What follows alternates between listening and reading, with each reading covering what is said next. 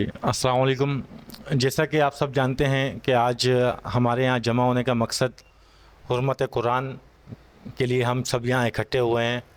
آپ سب اس واقعے سے، اس دلخراش واقعے سے اچھی طرح واقف ہوں گے سوشل میڈیا، نیوز، اخبارات کے ذریعے سے، کہ جو سویڈن میں ایک واقعہ ہوا، جس طرح ایک ملعون، ایک کافر نے قرآن پاک کے نسخے کو شہید کیا گیا. تو اس سے ہم سب کی روح مجروح ہوئی ہے اور تمام عالم اسلام اس پر افسردہ ہے اور رنجیدہ ہے. اس کی مذمت کے لیے آج ہم سب یہاں جمع ہوئے ہیں. پروگرام کا باقاعدہ آغاز کرنے کے لیے میں دعوت دینا چاہوں گا تلاوت قرآن پاک کے لیے حافظ شکیل بھٹو صاحب کو. اعوذ باللہ من الشیطان الرجیم. بسم اللہ الرحمن الرحیم. للہ ما فی السماوات وما فی الارض وان تبدوا ما فی انفسکم او تخفوه یحاسبکم به اللہ فیغفر لمن یشاء ویعذب من یشاء واللہ علی کل شیء قدیر.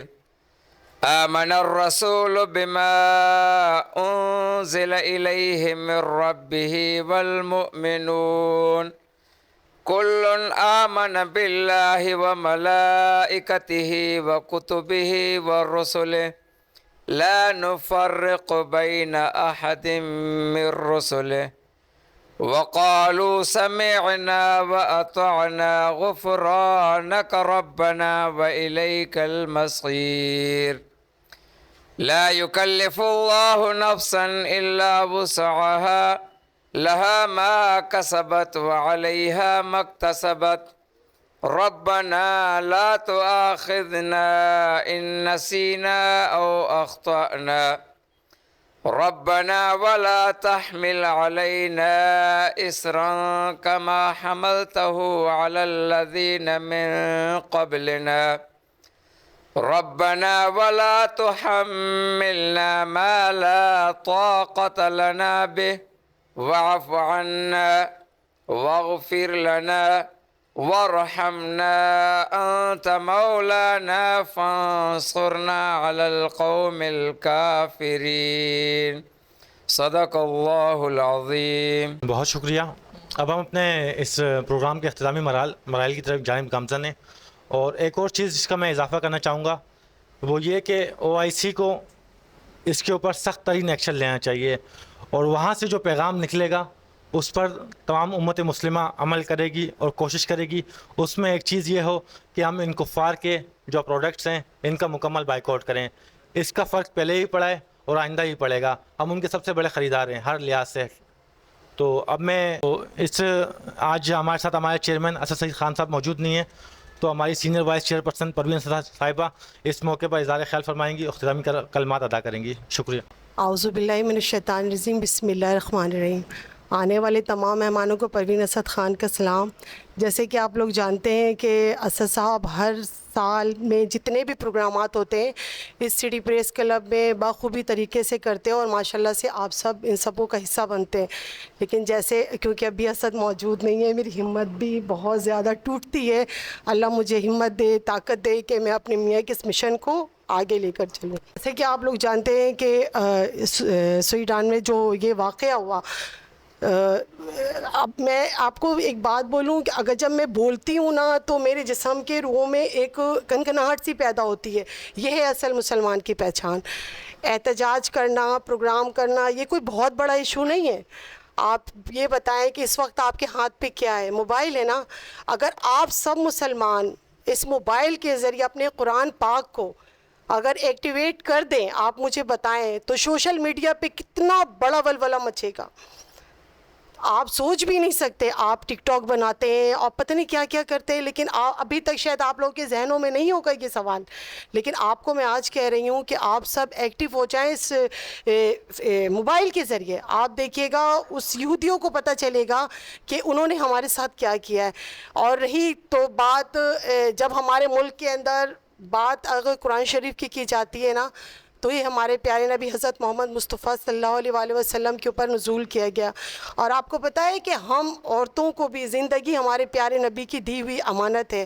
جو شاید ایک وقت ایسا تھا کہ جب جاہلانہ پن بہت زیادہ تھا اور عورتوں کو پیدا ہوتے کے ساتھ لڑکیوں کو دفن کر دیا جاتا تھا، لیکن ہمارے پیارے نبی نے ہمیں آج زندگی میں اپنا ایک نام، اپنی ایک پہچان دی ہے. کیونکہ عورت عزت لے کے پیدا ہوتی ہے، مرد کو بڑی محنت سے کمانی پڑتی ہے. تو کہتے ہیں نا کہ ہمارے ملک کے اندر نظام تو کچھ بھی نہیں ہے اور کوئی کچھ بھی نہیں کرے گا، نہ آنے والے وقت میں کچھ ہو سکے گا. لیکن آپ کو بتاؤں یہ دنیا فانی ہے اور آج انسان زمین پر ہے اور چند منٹ کے اندر زمین کے اندر، اور حساب سب کا ہے. ایک ایک وقت، ایک ایک لمحہ، ایک ایک پل کا ہے. اور جب نماز عید پڑھی جا رہی تھی اور جب وہ قرآن کو عزت کو پامال کیا گیا تو وہاں جتنے مسلمان تھے انہوں نے کیا کیا؟ کیا ان کا فرض نہیں بنتا تھا کہ وہ وہاں پر اسی کو جلا کے اسی طرح سے راکھ کر دیتے؟ شاید ان کو یہ ڈر تھا کہ شاید ان کی جو آرائش ہمارے ملک کے اندر نہیں ملی، جو باہر ہے، جو ان کا ڈالر باہر ہے، شاید ان سے وہ چھین لیا جائے گا.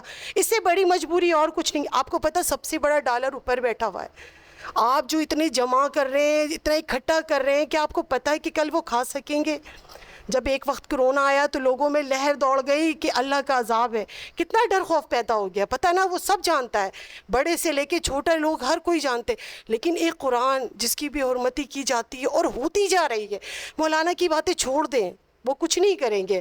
ان کے بیک گراؤنڈ میں دیکھ لیں ان کی اپنی فطرت کیا ہے، ان کی اپنی حرکتیں کیا. اس وقت اگر کچھ کر سکتا ہے تو ہم مسلمان کر سکتے ہیں. آپ سوشل میڈیا پہ قرآن پاک کو اتنا ایکٹیو کر دیں کہ انہیں پتہ چل جائے کہ ہم سب مسلمان ایک ہیں. لیکن کوئی ایسا نہیں کرتا. کیا جاتا ہے آپ کو؟ آپ سارا دن موبائل یوز کرتے ہیں، سارا دن نیٹ یوز کرتے ہیں. بس میں آپ کو بتاؤں، ابھی جیسے سونامی پوری دنیا میں گھومتا ہوا ہمارے سمندر سے ٹکراتا ہے، لیکن اللہ نے ہمیں اس سے محفوظ رکھا. کیوں؟ ہمارے تو اتنے اچھے اعمال نہیں ہیں. ہر بندے کو دنیا میں بھیجا گیا ہے تو میں آپ کو بتاؤں، ہر بندے کا ایک ایک منٹ، ایک ایک سیکنڈ، ایک ایک پل کا حساب ہے. آپ لوگ شاید یہ بھول گئے، شاید میں بھی بھول جاتی ہوں، لیکن پھر مجھے خدا کا خوف آتا ہے. اور آپ لوگ کوشش کریں، جو بھی پڑھا لکھا ہے، جو قرآن پڑھتا ہے، اسے ترجمے سے ضرور پڑھیں. بہت کچھ سمجھ میں آئے گا آپ کو. مجھے 1 سال لگا، میں نے قرآن کو ترجمے سے پڑھا، اور وہی قرآن کی طاقت ہے جو میں آج یہاں پر موجود ہوں. اور انشاءاللہ تعالیٰ بہت جلد بہت کچھ ہوگا یہاں پر. جو اسد کی سوچ ہے، جو اسد کی دل میں جذبہ ہے، جو اسد ایک آپ لوگوں سے امیدیں رکھتے ہیں، آپ نہ کرنا چاہو کہ میں آپ لوگوں کو مجبور کروں گی کرنے پر. انسان کے اندر ہونا چاہیے وہ چیز. خدارہ ایک مسلمان ہونے کا فرض ادا کریں، احتجاج کرنا چھوڑ دیں، روڈوں پہ نکلنا چھوڑ دیں. آپ کے پاس سب سے بڑا جو ہے نا موبائل ہے، جو یہ دنیا کے وہ ہتھیار ہے جو آپ سوچ بھی نہیں سکتے. 1 سیکنڈ کے اندر آپ کو پتا آپ کا میسج کہاں سے کہاں چلا جاتا. آج ہم یہودی کے کتنے محتاج ہیں. آپ غور سے دیکھیں، فیس بک ان کے ہاتھ پہ، گوگل ان کے ہاتھ پہ، وہ کچھ بھی کر سکتے ہیں. لیکن آپ کے موبائل تو آپ کے ہاتھ سے نہیں چھین سکتے ہیں نا. کتنے کو ڈیلیٹ کریں گے؟ وہ نہیں کر سکتے وہ اتنے کو. کیونکہ وہ دیکھیں، کوئی بھی قوم جو ہم سے کھیل رہا ہے نا، ہماری کمزوریاں ان کو پتہ ہے. آج وہی قوم قرآن سے فائدہ اٹھا رہا ہے، لیکن ہم اسے پڑھتے بھی نہیں ہیں. جو سچی بات ہے، نہیں پڑھتے ہیں ہم. تو ہمارا جو ہے قرآن ہم سے دور ہو چکا ہے، ہماری نماز ہم سے دور ہو چکی ہے، محبت ختم ہو چکی ہے، اتحاد ختم ہو چکا. تو قرآن کو تو چھوڑ دے. قرآن تو بہت پہنچ ہے ہماری سوچ سے. تو کہتے ہیں نا کہ اللہ کی رسی کو مضبوط سے تھامو. اگر کسی کی دوست ہو تو سچی دل سے بنو. مسلمان ہو تو تن من دھن سے بنو، ورنہ ایسا مسلمان ہونا بالکل بیکار ہے. اور آپ کو میں بتا دوں، ایک ایک منٹ، ایک ایک لمحے کا حساب ہے ہم سب سے. اب دیکھیں، ہم سے جتنا بن پڑا، میرے میاں اس وقت موجود تو نہیں ہے، لیکن وہ دل میں بہت کچھ سوچ رہے ہیں. لیکن وہ اپنے طبیعت خرابی کی وجہ سے وہ کچھ بول بھی نہیں سکتے. وہ 1 سیکنڈ بھی تقریر نہیں کر سکتے. اگر وہ 2 منٹ آپ سے بات کر لے تو تیسری سیکنڈ میں وہ چل نہیں سکتے. لیکن دیکھیں ان کی کتنی بڑی طاقت ہے کہ آج ان کی وائف، ان کے بیٹے، ان کے بچے اور یہ سارے اچھے لوگ میرے ساتھ موجود ہیں. آج آپ سب یہاں پہ بیٹھے ہیں، لیکن ہزاروں لوگ جو اچھے ہیں، جو اچھے نہیں ہیں، وہ بھی میڈیا کے تھرو دیکھیں گے ساری چیزوں کو. تو دیکھتا اسی کو نا جس میں کچھ ہوتا ہے. تو خدارہ اپنے نماز قائم کریں. اور آپ جو ہے نا آج سے، ابھی سے اس موبائل پہ اپنے قرآن کی ایک تصویر بنائیں اور بالکل سوشل میڈیا پہ بالکل پھیلا دیں. آپ یقین کریں بہت فرق پڑے گا، کیونکہ اب تک ایسا کوئی کرتا نہیں ہے۔ اور رہا بات مولانوں کی، تو یہ تو خود پاکستان میں رہتے ہیں، ان کی ڈالریں باہر ہوتی ہیں، اور ہے ہمارے ملک کے بڑے بڑے صدر اور سیاستدان، تو ان کی وہ حال ہے کہ شاید ان کو اس ملک کی پرواہ بھی نہیں ہے۔ کل اگر یہ سیلاب آ جاتا ہے تو سیکنڈ بھی نہیں لگے گا کہ جیٹ اترے گا اور وہ ملک سے باہر ہوں گے۔ تو خدا را دولت جمع کرنا کم کر دیں، کم کر دیں، زندگی اتنی نہیں ہے۔ کہتے ہیں نا دجال آئے گا، دجال آئے گا نہیں، یہ دجال کے سارے روپ ہیں۔ گھر گھر جو یہ ہو رہا ہے نا، یہ منافقت، یہ سب دجال کا ایک روپ ہے، آنا نہیں، اس کو وہ آ چکا ہے۔ اس سے وہی بچے گا جس کا ایمان مضبوط ہوگا۔ اور ایمان کیسے مضبوط ہوگا؟ یہ آپ یہ جو ہوا ہے نا عید سے کہ 2 دن پہلے یہ واقعہ ہے، یہ آپ اس سے سوچ لیں، عید کے دوسرے یا تیسرے دن آپ سوچ لیں، یہ ہمارے ایمان کی بہت بڑی کمزوری ہے۔ ورنہ آپ کو اپنی جان کی پرواہ ہے، لیکن آپ جو وہاں پہ جو لوگ موجود تھے جنہوں نے کوئی ایکشن نہیں لیا، وہاں کی حکومت نے کوئی ایکشن نہیں لیا، کیا اس حکومت یا وہاں کی وہ عوام جو کہنے کو مسلمان ہیں، کیا ان کی گارنٹی ہے کہ 1 منٹ کی بھی ان کی دوسری سیکنڈ کی زندگی ہے؟ نہیں دے سکتا نا کوئی بھی، زندگی کی گارنٹی تو کوئی بھی نہیں دے سکتا سوائے اللہ کے۔